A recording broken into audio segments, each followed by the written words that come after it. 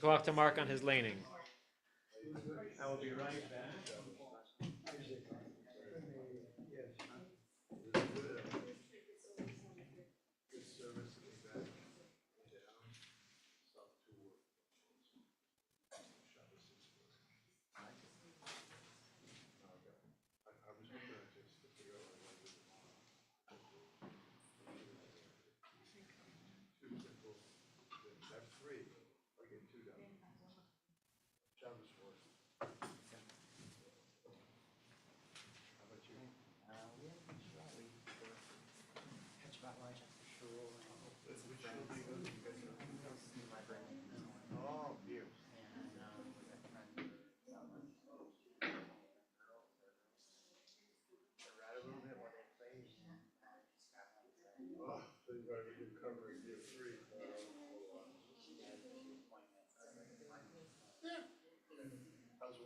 My right knee's getting a little, my left knee's my right knee's getting better. I eat tea and now my left knee's starting to hurt.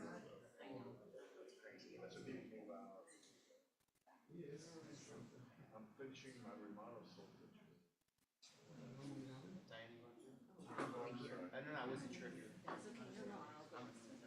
Yeah, so that's because I'm working. I've probably done everything that could go wrong. Okay. Well, two worst things still pending. No, I figured I still will.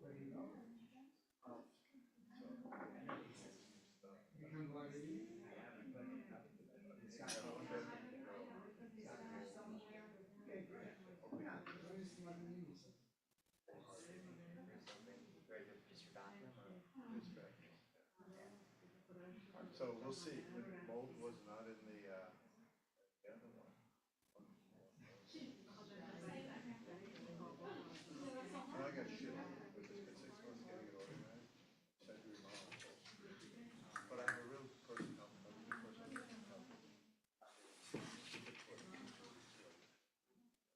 Decided to do something here in place for that.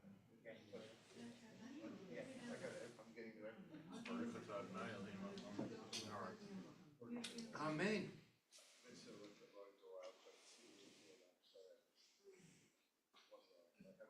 put a beautiful head out there. So it kind of inspired me. I only made two decisions. The Rabbi Anis this morning reminded him about TikTok. When do they normally do it upstairs? Before Kiddush, no? Yeah. Just forgot. You join the rotation for. Did you join the rabbi rotation? Or my call ask you to fill in? Yeah. Yeah. Hillary asked me. Hillary put out a notice and said she needed volunteers for why she's gone. I volunteered. I have one more to do it this either next week or the week after. It wasn't that hard. No, it's not. Do you do that sometimes? I haven't for years. I just saw someone Back when here. there was nobody else, I covered myself for the years. I started because two jumpers that we've been here forever. Saw me and started to come. Hey, take whatever you can get. Hey, couldn't happen to a nicer guy. How are you? I went to the volunteer. I had Moving forward, $15 a seem week. to know the Bronx pretty well. Being here next week, so that's just right. I wish I had a screw Charlie. Charlie designed it. Winning Six signs that designed it.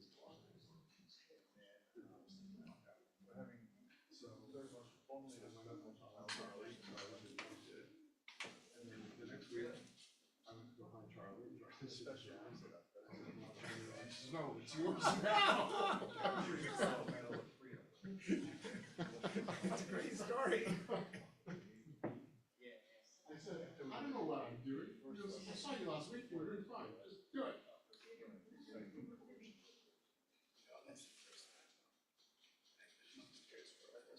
No, Never in 8 years.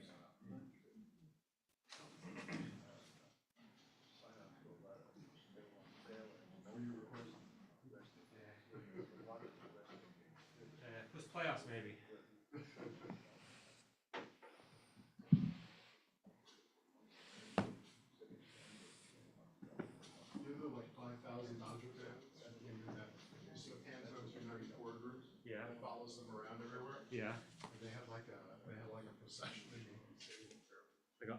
walking Yeah, procession. yeah. Cool.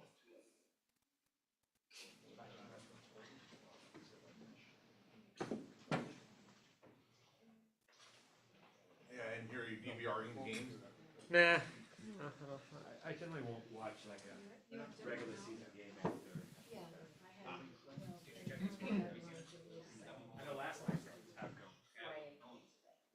Last night's outcome was not fun. Yesterday's game ended before Shabbat, right? What's that? It ended before Shabbat. I know. Yeah, just before. Yeah. Next, it was 11 innings. Nah. But if you want to tell me that, tell me something I about only asked because I don't want to be. Well, there was more offense than last night. But that didn't take much. I didn't tell you that. They said, how do you know? He's just a smart guy. Rabbi, I did on school, that's why I was You know, asking. you know what gossip works? You're welcome. I did that to the CEO of Monsanto. So sitting in his. You go to bed early? I mean, I should go to bed early. What time do you go to bed?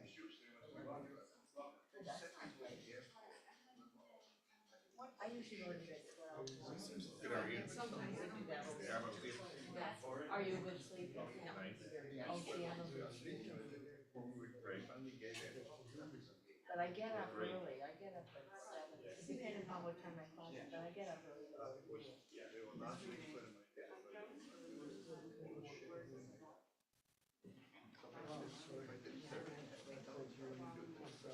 you don't go out in the evening or like No problem, I'm working, I'm volunteering in the office here upstairs. Yeah, up here. I never knew anybody except us. Scanning, shredding, We used to go to 10 o'clock. filing. Well, if you wanted to go to 7 o'clock, we would just Volunteer. because I haven't been to the movies in years.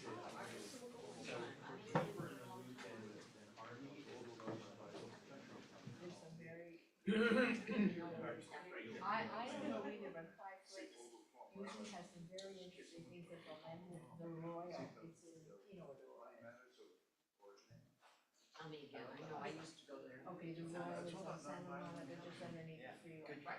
So sometimes they have movies and then they have a discussion afterwards. I used to do it during COVID. And they always had interesting movies, because they were showing movies during COVID online. Yeah, they usually, everything was online then. And so you sort of get lazy but now they don't, and some of the movies sound. Okay, Shabbat Shalom, everyone. If you're following from home, hopefully you have the text sheet that was in the Shabbat bulletin.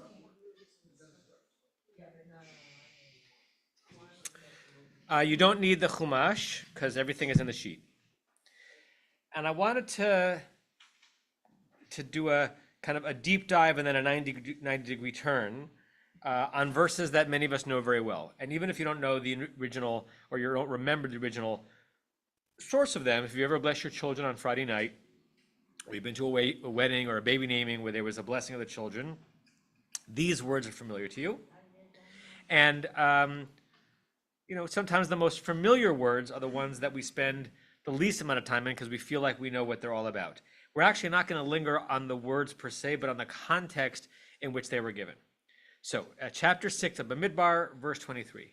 Daber el Aaron v'elbanav lemor. God has said to Moses, speak to Aaron, Kohen, priest, v'elbanav, his fellow priests, saying, Ko tevarchu et bnei Yisrael.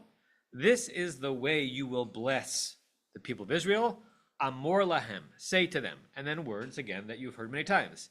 And we could do another shiur on what these words actually mean. We're gonna kind of accept a normal shot on these words. Yivarechecha Adonai v'yishmerecha, may God bless you and may God protect or guard you. Ya'er Adonai panav elecha, may God shine God's face upon you, v'chuneka, either be gracious to you or be kind to you, something like that. Yisa Adonai panav elecha, may God raise God's face or bear God's face upon you or towards you, v'yasem lecha shalom, and give you peace. Okay, context is that we're in the second parsha of the book of Bamidbar. The Israelites are now in the second year of wandering. The Mishkan has been built, so there's now a prayer space, a tabernacle in the desert. And now the priests are being given certain roles, or certain roles are being described to them. Remember that the priests are the children of Aaron, and who are a subset of the tribe of Levi, who is one of the 12 tribes.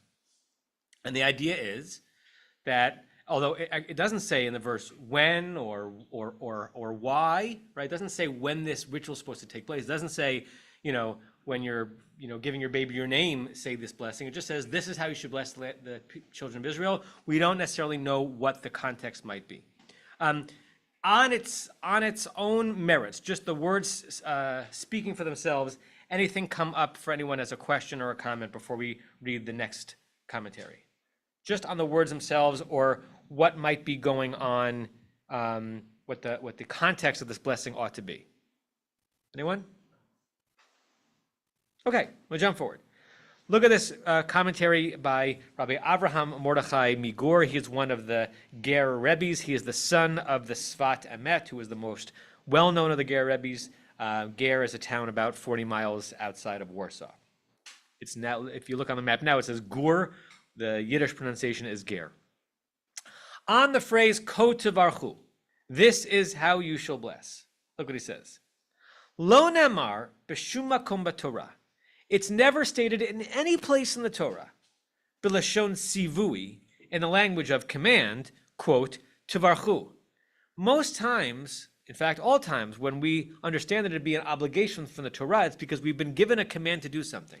And he notices that the priests were never told by God, one of your obligations is to bless the Israelites. Shehakohanim yibarchu et bnei Israel.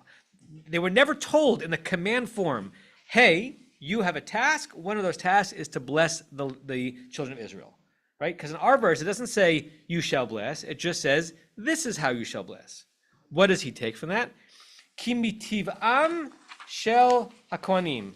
It's in the very nature, the very teva of the priests, shemidatam midat chesed, that their characteristic, their character trait is the character trait of chesed, loving kindness, the very type of person who would want to proffer blessing, even if not asked, right? Which I believe he's saying is a compliment, right? Some people have to be told to do the right thing. These priests didn't have to be told that one of their responsibilities is to bless the people. That's their natural inclination, right? But they've learned it from the way that Aaron has lived his life. They don't need to be told. And he, in parentheses, this concept comes from the Zohar, the Kabbalistic text, Parshat Naso. Shehem atzmam yitoreru mirtzonam. It's a wonderful phrase. That they themselves will awaken themselves. Lehitorer means to be awake. Mirtzonam, from their very will or desire. Levarech et Israel. You don't have to tell them. Of course they're going to want to do it. Therefore, the Torah didn't need to say, hey, priests, got to remind you, right? You have an obligation. You're working in the temple. You're the children of Aaron. One of your responsibilities is to look out amongst all these people, the mixed multitude, and bless them. No one had to tell me that. I know that that's what I should be doing. Hatzav haya ech levarech. Rather, the verse was simply how to bless them, not that they were obligated to bless. Ulechein namar ko tevarchu. Therefore, it says only, by the way, when you come to bless them, here's my suggestion for how to. The idea is that they wouldn't have to be told. In this Hasidic teaching, he is raising up the idea that it's better to do something before you're asked, right? Anyone who's ever raised a child, right, knows that, it is satisfying when you ask your child to do something and they do it, and it's very unsatisfying when you ask your child to do something and they don't do it. But even more satisfying is them doing it before you ask them, right? That they knew, they've been trained properly, or if you're a teacher or any or in a professional situation, right?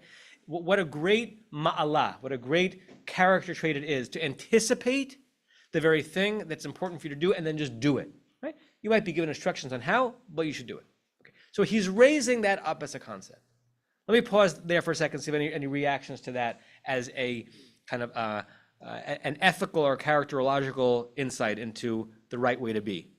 Mark, there's only one mic out there, which is frustrating, but we're going to have to pass along because there are people on Zoom. I keep forgetting. When you remember something on Shabbat, and then I forget when Shabbat's over, I have to keep forgetting to tell them to put more microphones. Mark. Well, it's a wonderful trait. It's laudable. You can't criticize it. there were two priests who did something they weren't commanded to do. Say more. Nadab and Abihu, they seem to have been moved to bring a pan of incense burning. They weren't commanded to do it, and they died because they did it. Good. So on the one hand, we do want to raise up in a spiritual community the notion that to do something, even though you were not told to do something, is a beautiful thing. But we also have, as Mark wisely says, in our tradition, an example of people taking upon themselves to do something they thought was a good idea. They did it the wrong way. They were offed by God, right? So you're whether or not you read ahead, you've jumped right into the pickle here. You did? Did, right? That our tradition obviously valorizes and celebrates the idea of not having to wait to be told to do something, and I guess you higher credit.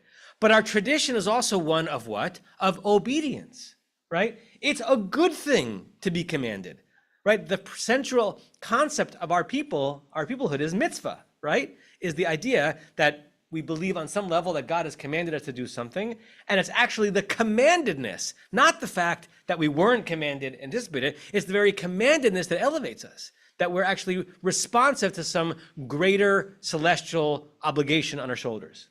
Larry? No, I'm just taking upon myself the obligation to move the microphone. And no one even asked you to do so. There you go. Okay, yes, Rebecca.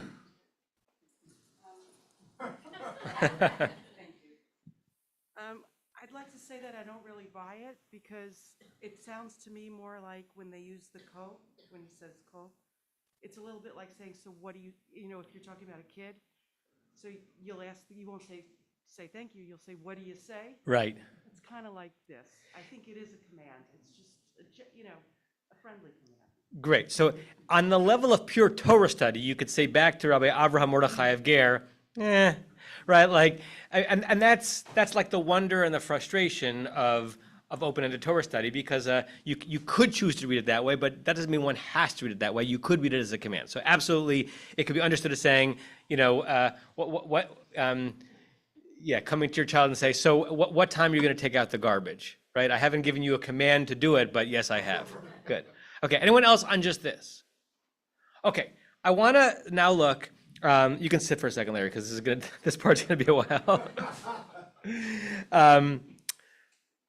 A relatively long section from the Talmud, a couple of stories, and the stories are beautiful and rich in their own right, but it's the punchline of the story that is significant for this conversation. The punchline of the story appears in at least 4 places in the Talmud and probably elsewhere in rabbinic literature as well, but this one has the richest story leading up to it. It's from Masechet Kiddushin, Tractate Kiddushin, mostly dealing with the laws of marriage, but the Talmud jumps around from topic to topic. Page 31a.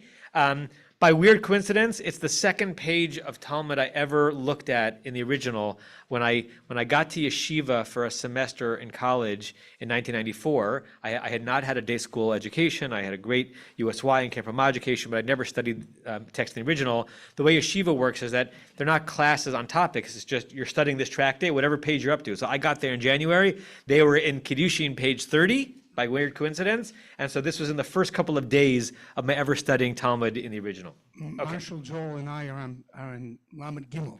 Oh, so you were just here. We were just there. So do you want to teach this section? No. I was wondering how you're going to get here. Okay. Ba'omine Rav Ula. A bunch of rabbis asked Rav Ula the question. Ad heichan kibud avem.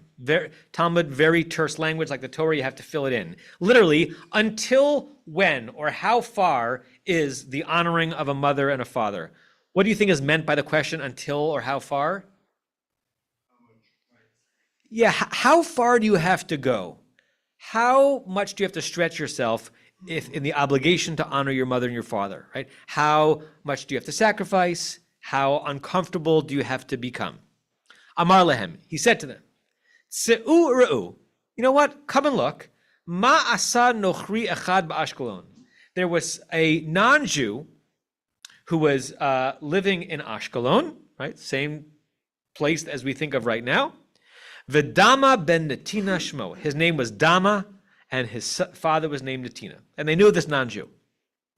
Pamachat, one time, Bikshu chachamim prakmatya. The rabbis had some object, some piece of merchandise that they wanted to buy from this Dama ben Natina, b'shishim ribo sachar, at a price or at a profit of 60,000. 60,000 what? Probably dinar, right? Some extremely valuable thing that he owned and they needed. V'haya mafteach, but the key to the box in which this very valuable thing that he could sell was located, munach tachat merashotav shel aviv, was lying underneath the head of his father, who it doesn't say here explicitly, but presumably was what? Sleeping. How quickly would you wake up your father to sell a 60,000 dinar gem? Velo ciaro. He wouldn't touch him, right? My father is sleeping. I have an opportunity to make a great sale, make a big profit. I weigh those two things. Most normal people would say, my father actually wants me to do well in business. Dama ben Natina said, no, my obligation to honor my father is to let him sleep, even if he's sleeping upon the thing that could be the source of great income for me. Amar Rav Yehuda, Amar Shmuel. Rav Yehuda said the name of Shmuel. Sha'alu at Rabbi Eliezer. They asked Rabbi Eliezer, very similar setup, Ad hechan kibud abe'em, how far do you have to go to fulfill the obligation of honoring your mother and your father? Amar lehem, he said to them, come in, see, ma asa nochri achad la'aviv ba'ashkelon, same setup, what a non-Jew who lived in Ashkelon once did with regard to his father, V'dama ben Natina shemo, his name was Dama ben Natina, same thing, bikshu mimenu chachamim avanim la'afod. The rabbis wanted to buy from him precious stones for the ephod, for the breastplate of the high priest. B'shishim ribo sachar, same price. So it's hard to know if this is two stories that are told in two different ways, or if the same exact situation happened more than once, unlikely, or if it's more of a paradigmatic story. But they wanted to spend 60,000 dinar on this set of precious stones for the breastplate. Rav Kahana matne b'shmonim ribo. There's a version of the teaching that Rav Kahana said that it was for 80,000 dinar. A ribo is means 10,000. So 10,000s. Oh, sorry, 800,000. Excuse me. It's even more than that. Yes, 800,000. Bahayam mafteach munach tachat merashotav shel aviv. But again, the key for the box in which these precious stones were underneath his father's head, and presumably he was sleeping. V'lo tzeiro. Once again, he didn't disturb him. L'shana ha'acheret. Next year, Natan hakadosh baruch hu scharo. God gave this wonderful father honoring non-Jew his reward. What was the reward? Shenodalo para aduma be'edro. That a red heifer, the very rare animal that the temple needed to create this admixture in order to bring someone out of a status of tumah after being in contact with the dead, so very, very, very valuable, was born in his flock. Nichnesu chachmei Yisrael etzlo. The sages heard about this. They came to visit him to make an offer. Amar lahem yodea ani bachem. He said, I know how valuable this is to you. I know how rare this is. So I know she'im ani mevakesh mikem kol mamon ba'olam, that I ask for any amount, atem not nimli, you would give it to me. Ela ein ani mevakesh mikem, but I'm only going to ask ela oto mamon, the exact same amount she'ifsadati b'shvil kavod abba, that I lost in the previous situation a year ago, whether it's the first story or the second story, because of my father. So first of all, I love the fact that the Talmud has this rich story that is elevating the character traits and the morality and the love of his father of a non-Jew, right? It was not, you can imagine our texts, particularly given how uncomfortable our reality was in the presence of many non-Jews, only focusing on our good traits. Here the Talmud says there's this guy in Ashkelon, he's a role model for all you Jews out there. And not only was he not willing to disturb his father, he wasn't willing to make more of a profit, even in a situation, right? If you're in business, what you hope for, right, is that you have something that becomes priceless that someone's willing to spend any amount of money for, because then you can finally make your, you can make your big sale. No, I'm only going to compensate myself for that which I lost a year ago. This is all the rich story leading to the setup. That is why I'm bringing this to you. Va'amar Rabbi Chanina. Rabbi Chanina said, Uma, This is what we call a kol shekain argument, or an a fortiori argument, where we learn a major principle from a minor principle, or a major example from a minor example. Umami she'enu mitzuveh v'oseh. Think of it. Someone who wasn't commanded what? To honor your father, your mother, because, I mean, it might be a nice thing if you're a non-Jewish person to honor your parents, but you're not obligated by God to do so according to understanding of Torah. Someone who was not commanded, v'oseh, but actually did it anyway, kach, he got such a reward. Mitzuveh v'oseh, if you were commanded to do so, and you did it, al achat kama b'chama, how much more so would you be rewarded? Meaning that the hierarchy in this story is the opposite of what Rabbi Avraham Mordechai of Gur was saying in his commentary. He was saying on our verse in the book of Numbers that, wow, it's amazing, these priests. They didn't have to be commanded to do so. They just knew how to do it. That's a way to live. Here in the Talmud saying, how much more would someone who was commanded and fulfilled the commandment be rewarded more than the one who was not commanded and fulfilled it? Amar Rabbi Chanina said, Gadol mitzuveh v'oseh. Greater is the one who is obligated to do something and does it, mimi she'enu mitzuveh v'oseh, than someone who is not obligated to do so and do it. That is very counter to the original teaching that we read, and counter, I would think, to kind of folk wisdom, right? Or the way we kind of think about training people in character traits, right? We don't necessarily in our society live in a society of obedience. There are certain substructures of our society. In the army, this applies, right? It is much better in a hierarchical situation in the army to fulfill your commander's request than to extemporize and take it upon yourself thinking you knew what would be better. No, you wait for the command and you fulfill it. That makes sense. But outside that, I don't know if there are a lot of other situations in our society where we would put this one higher up. But here Rabbi Chanina is saying, we're learning from Dama ben Natina that if he was rewarded this way, a non-Jew who, despite the fact he was not obligated in Kibud Avim because he's not a Jew, was rewarded this way, if we fulfill that obligation, wow, we're going to be rewarded even more, because that in our tradition is a higher value. Let me pause there. Larry. Baseball. If you run through the stop sign on third base and you still score, you're going to get criticized by your manager. So there, if you're commanded to score, you're more honored than if you were not commanded to score and you took it upon your own to score. That's a good example, right? Anyone else think of an example in our society where you might be more celebrated, more rewarded for doing something because you were asked to do something than doing something because you intuited that you should? Irv and then Mark? Yeah, my thinking is. Hold on, Irv. When you do something that you're commanded, you're honoring the commander. That's the difference. Aha. I just thought of that because I also appreciate when someone does something I don't have to ask them to do, because I don't feel like wasting my time asking people to do everything. I hope they think for themselves. But in the discussion you raised, you made me think you're really honoring the commander by doing what someone commands. Good. So you're getting into the why this might be the case, right? So we might think, even if it's not our instinct to do that, why might it be the case in Jewish spiritual practice that it's better to be commanded than not to be commanded? Because you're not just getting the right thing done, you're honoring, as you said, the one who gives the commandments. Great. I'm a military veteran, and trust me, the military, plenty of things get done without being commanded to be done. Oh, I'm sure, but I'm not sure that you get promoted for that. Okay, No, you get promoted. Look at the next text, bottom of page 3.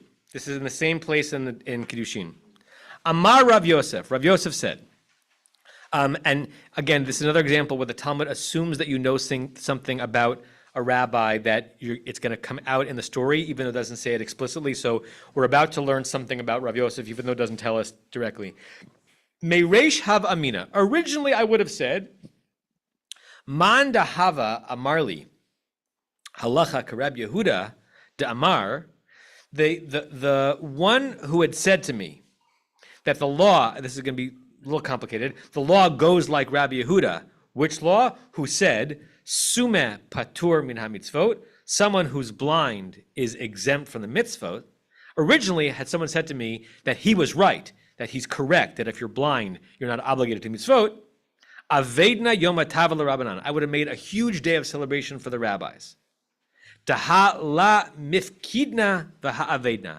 For I am not commanded, but I perform. Meaning, what is true about Rabbi Yosef?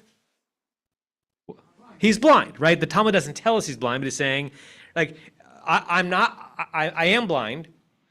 I don't, therefore, if Rabbi Yehuda is correct, that someone who's blind is not obligated in commandments, I would be so happy because I don't have anything to fail at, right? So I'm not obligated, but I do the commandments anyway. If someone told me that the halacha was according to him, I would have celebrated. Hashta, but now, the Shamite lahadamar Rabbi Chanina. Now that I heard Rabbi Chanina's statement, which statement? The one from the previous paragraph, that we greater celebrate someone who is commanded and performs rather than someone who is not commanded. Gadol mitzuveh v'yosev yoter mimisha enu mitzuveh said that the one who is commanded and performs is greater than the one who is not commanded and performs. Adarabah. Now I feel the other way around. Manda amarli de'ein halachak Rabbi Yehuda. Someone who says that Rabbi Yehuda is wrong. Rabbi Yehuda, who said that a blind person is exempt from the obligations, if someone tells me that he is wrong, meaning that a blind person is obligated, which means I do have a burden on me, but that burden might lead to greater reward, Avedna Yom HaTava L'Rabbanan. That's the thing I would celebrate. So wonderful thing going on here. He's basically saying, at first, I would have been so happy to tell me that for someone to tell me that I have fewer obligations in life. But now that I understand this concept, I'm going to celebrate if someone tells me I have more obligations in life. I'm all over the place on this because on the one hand, all of us, particularly people who are living busy, complicated, personal and religious and spiritual lives, right? It's nice when we have some of our burdens relieved from us, right? But the religious philosophy that is flowing through this set of texts is that you want to live with more obligations, so you have an opportunity to fulfill those obligations, which deepens your relationship with the Creator, right? Do you want to have fewer obligations on your plate vis-a-vis you and your loved ones so that you have more free time? That might feel good. Or do you want to have more obligations on your plate between you and your loved ones so that when you fulfill them, the bond between you and them becomes deeper? We probably want a little bit of both, which is why these texts are interesting, because they are pushing against the one of our instincts, which is to want to have fewer things to do rather than more things to do. Comments, reactions on that? Going back to what Irv was saying before, we'll end with this. Tosafot, which is a series of German and other Ashkenazi commentators on the Talmud, comments in not only our page in Kiddushin, but also where a similar idea comes up in Avodah Zarah as to why this is the case. So Irv was positing that the reason why we celebrate someone who's commanded and who does more than someone who is not commanded who does is because that way you're really honoring God. Look what Tosafot says. Nir'eh, Gadol ha-mitzuveh v'yoseh, the one who is greater and commands, etc., and performs, etc. Nir'eh dahainu taima.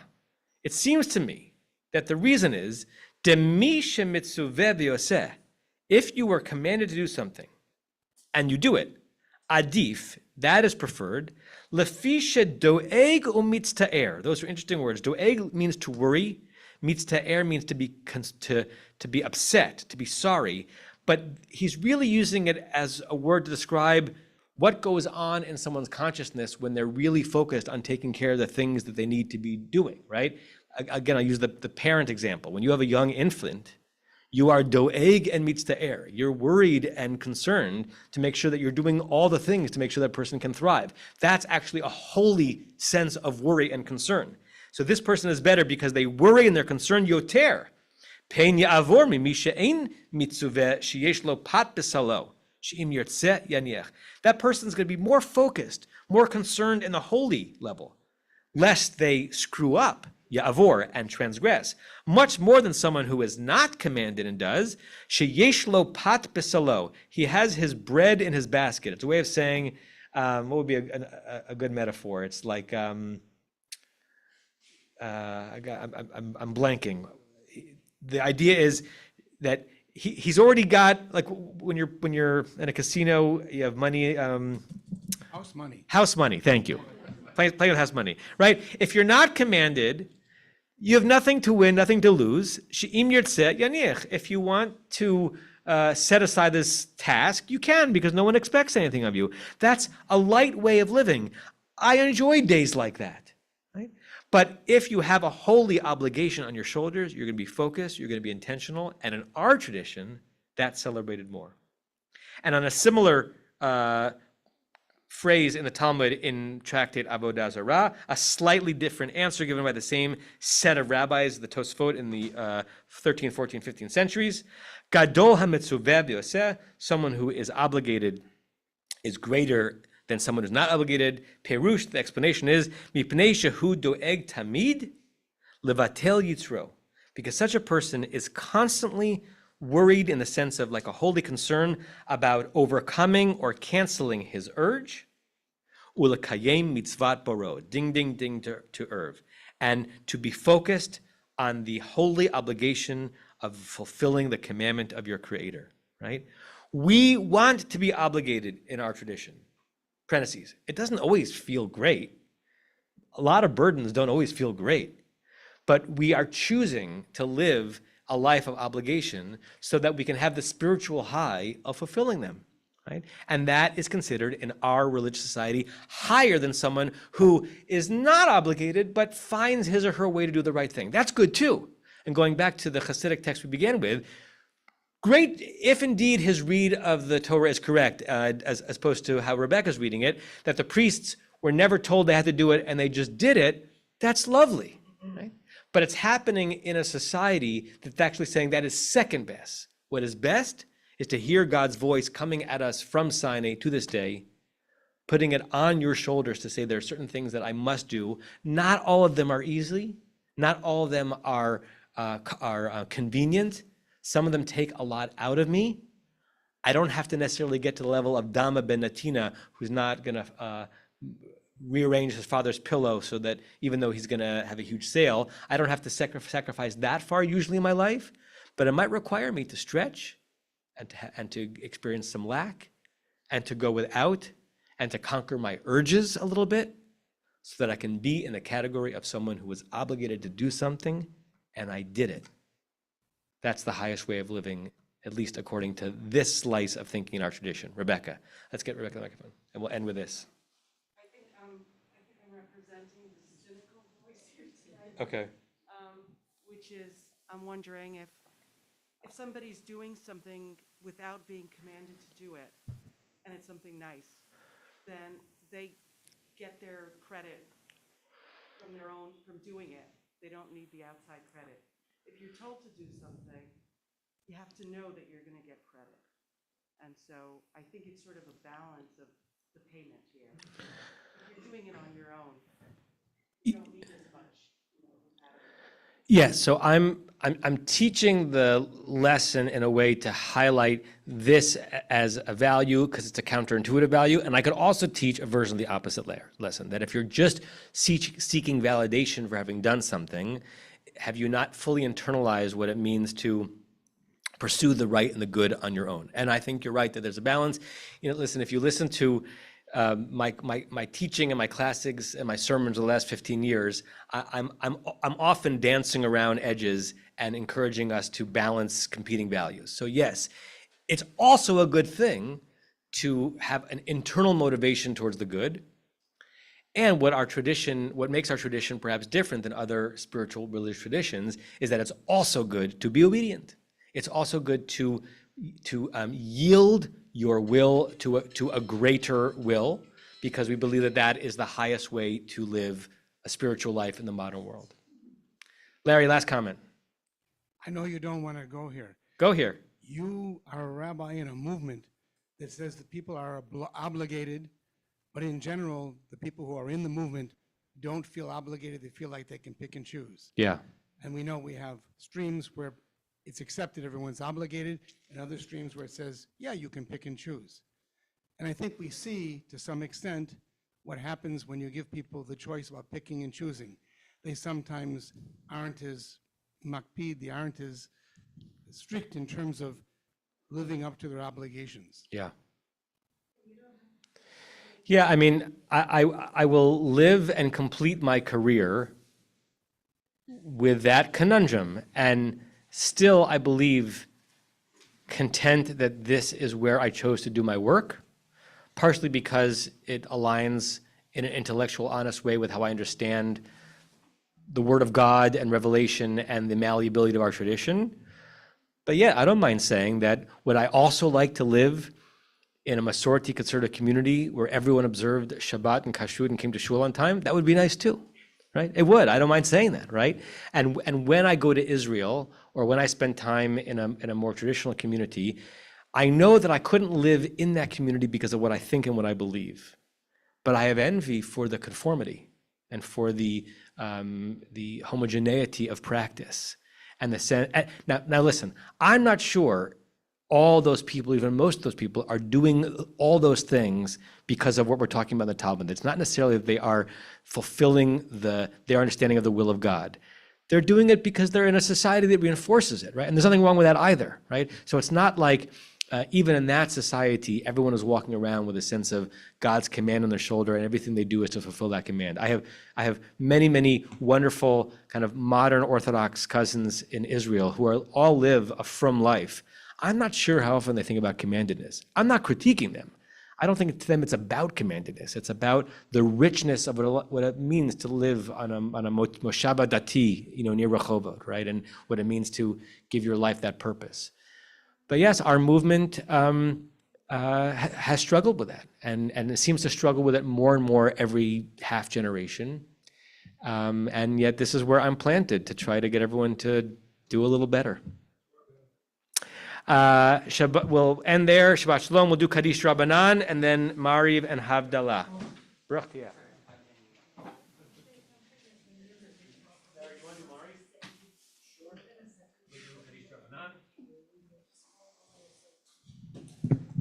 Joey, what page? 111. Kaddish Rabbanan, page 111. Yitkadal v'yitkadash shemei rabbah v'almad yivrach yirutei v'yamlich malchutei v'chayechon v'yomechon v'chayei dechol beit Yisrael ba'agala v'zman kari v'yamru bein yehei shemei rabbah mevarach le'olam yitbarach v'yishtabach v'yitpa'ar v'yitromam v'yitnaseh v'yithadar v'yitaleh v'yitalal shemei dekudusha brichu Le'ela min kol berchata v'shirata, tushbechata v'nechamata, damiran be'alma v'yamru amen. Al Yisrael v'al Rabbanan v'al Tamidehon, v'al kol Tamidehon, v'al kol man da'askin be'araita, di v'yatra hadain v'di b'chol atar v'yatar. Yehei lahon ulchon shlama rabba, china v'chista v'rachamim, Arichim Zonara Vicha Ufor Kana Mi Kodam Avohon Vishmaya Vimru Amen. Yehei Shlama Rabba Min Shemaya V'chaim Tovim Aleinu V'al Kol Yisrael V'yamru Amen. Oseh Shalom Iramav Uvarachamav Yaseh Shalom Aleinu V'al Kol Yisrael V'yamru Amen. Mari can you find on page 264.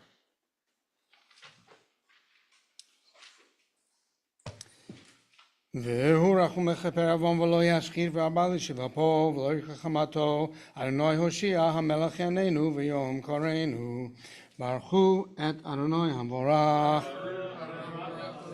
ברוך ה' המבורך לעולם ועד ברוך ה' החלום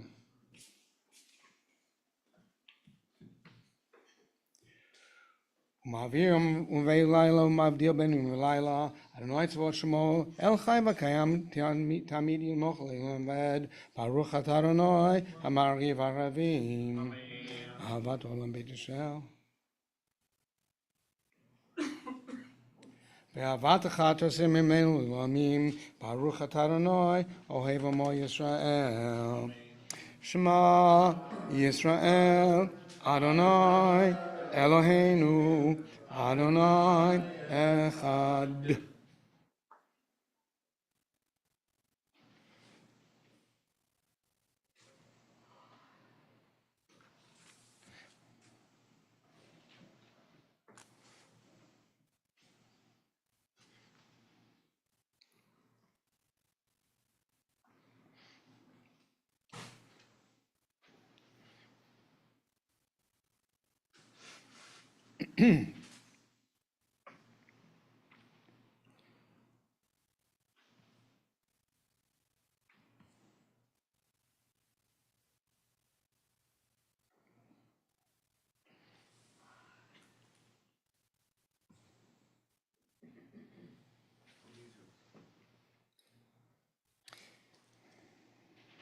Adonai Elohechem emet.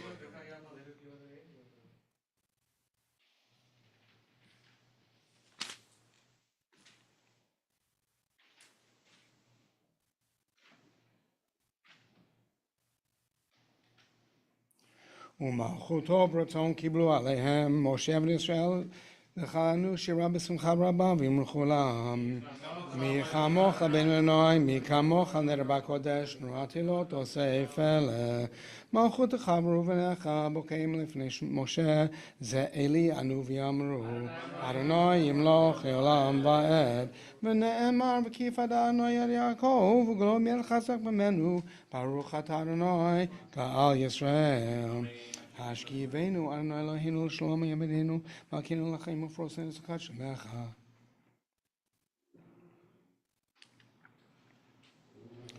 ושמור צאתנו ובואנו לחיים ושלום יטב יד עולם, ברוך אתה אדוני שומר עמו ישראל לעד.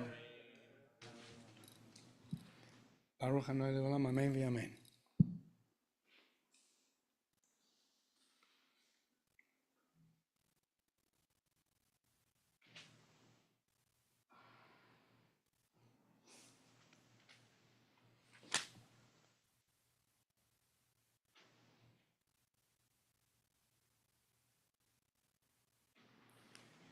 כי המלכות שלך היא עולמי דת תמרוך בכבוד, כי אין לנו מלך אלא אתה.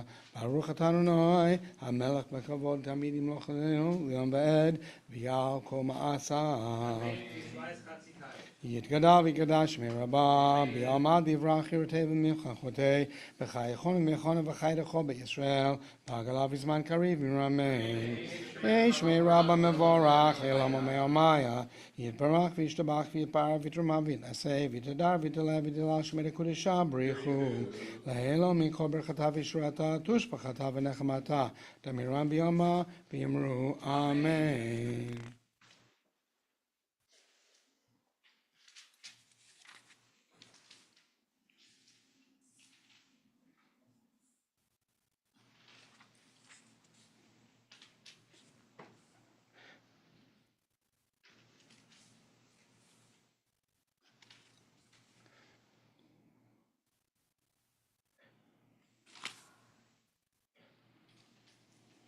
אתה חותן.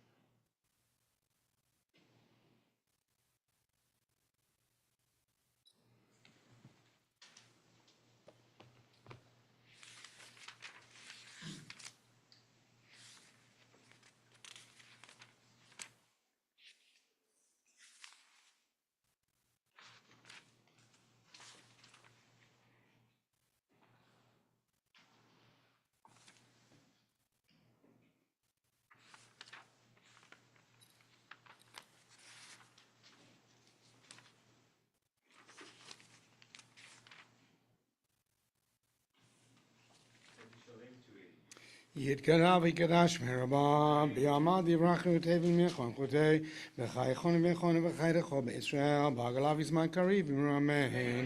יש מרבה מבורך, לעילם המאמיה, יתברך וישתבח ויתפאר ויתרומם וינשא, ויתהדר ויתעלה ויתהלל שמי לקודשה בריחו, לעילם ינקה ברכתה וישורתה, תושבחתה ונחמתה, תמירם ביומיו יאמרו אמן. סליחה.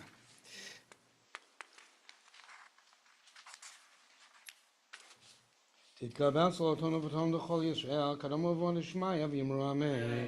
יהי שלום הרב משמיה וחיים עלינו ויעקב ישראל ויאמרו אמן. עושה שלום במרומיו, הוא יעשה שלום עלינו ויעקב ישראל ויאמרו אמן.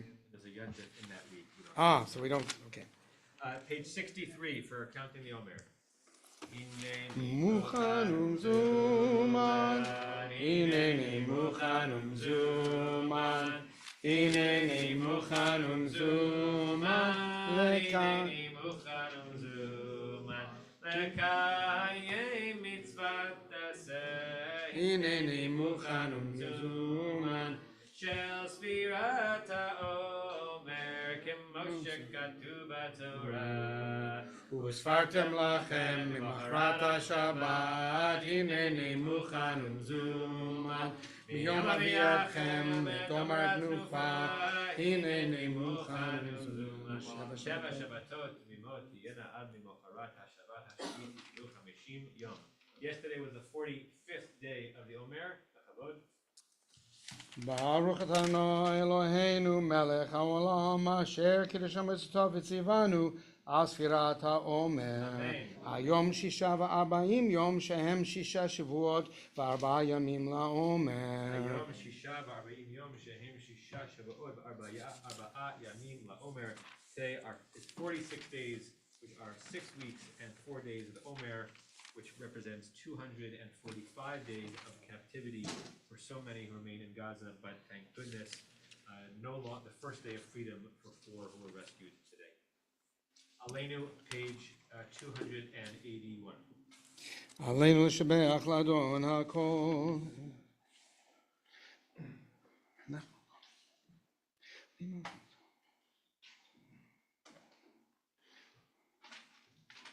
על כן יקבל לך נהינו לרומר ותפסך לבין מן הארץ ולהם קראתון.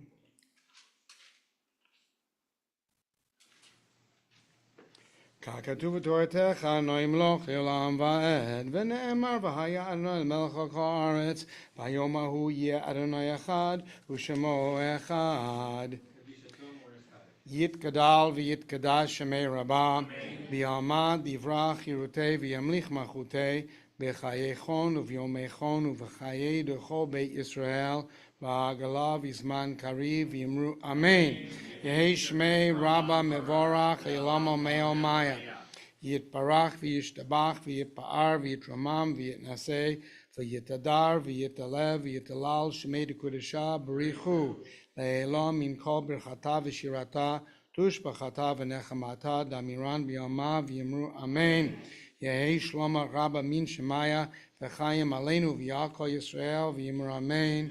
ועושה שלום במרומיו, הוא יעשה שלום עלינו ויעקב ישראל ויאמרו אמן. כל בלב ונעימה נפש יהודי צומיה ופאתי מזרח קדימה עין לציון צופיה. עוד לא אבדה תקוותנו, התקווה בת שנות 2000, להיות עם חופשי בארצנו, ארץ ציון ירושלים. להיות עם חופשי בארצנו, ארץ ציון ירושלים.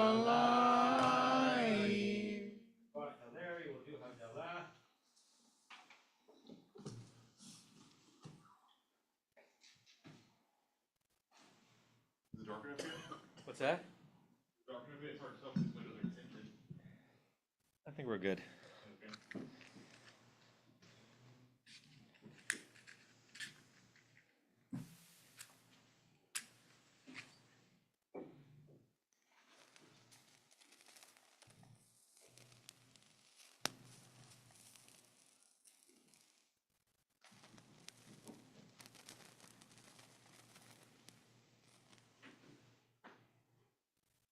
Ay ay na na ay ay ay anay na ay ay anay anay na na ay ay ay anay na ay ay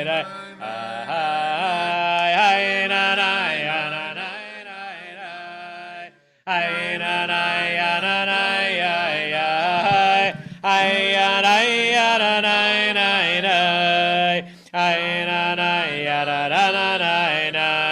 Hine el Yeshuati Eftach velo Efchad Ki Yosef ezimradia Adonai vayehili Lishua Ushavtem ayim besason Mimayne ha-Yeshua Adonai ha-Yeshua Alamcha bechatecha sela Adonai tzvaot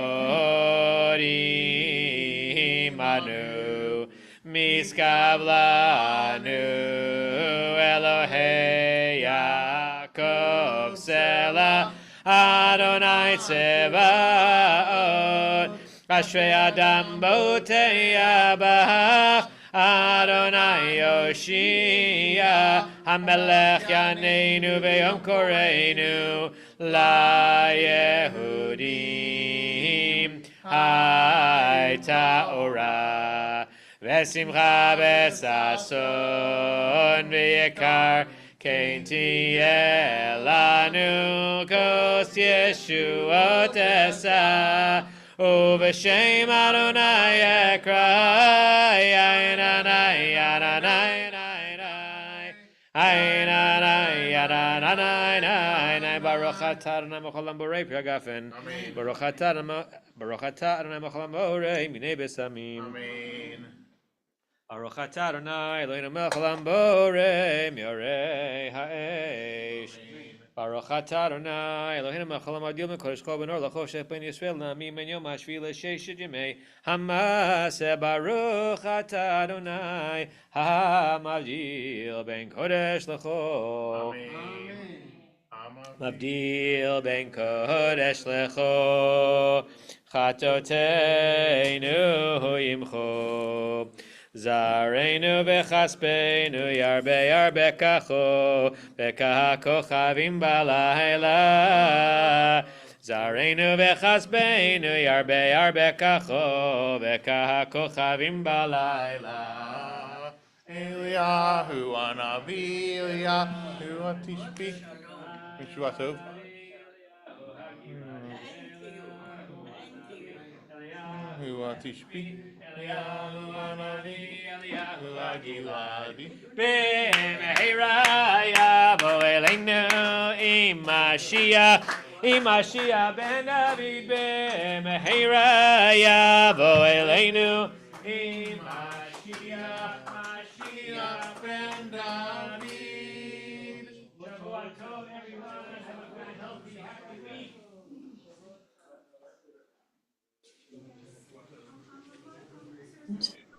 Sounds like. Maybe let you unmute. No, I can't undo them. Shavua Tov, Table. Hi, Table. Yes, Shavua Tov. Were you in the waiting room a long time too? Yes. Yep. Yeah. They stopped. They must have had it off. Yeah. Yeah, I didn't get in till he was finishing Mincha. Yeah. Anyway. Yeah. Strange. At least they had the drash we were hearing. Right. True, so true, so true. All right. Chag Sameach in advance too. Yeah, you too. Yeah. A good holiday. Oh, interesting. You know what? They're What? letting us unmute. I was going to show you my Shavuos virtual background that I've queued up already. and it won't let me start my video. Yeah, that's what we were trying to do that too, and they won't. For some reason, that's turned off. Interesting. Today Yeah, was they not a always, good technical day for them. yeah. Anyway, what can I say? All right. Yeah. Always nice to hear your voices. See you Me soon. too. Me too. Nice to check in. Shavuot Tov. Take Shavuot care. Tov and Chag Bye-bye. Sameach. Good night.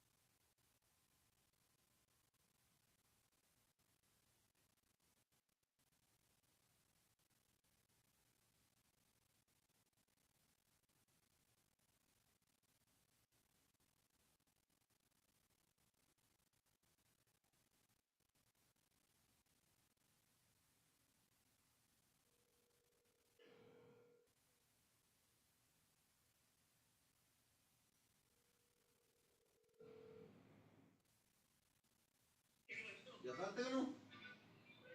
¿Ya salte o me salgo de aquí?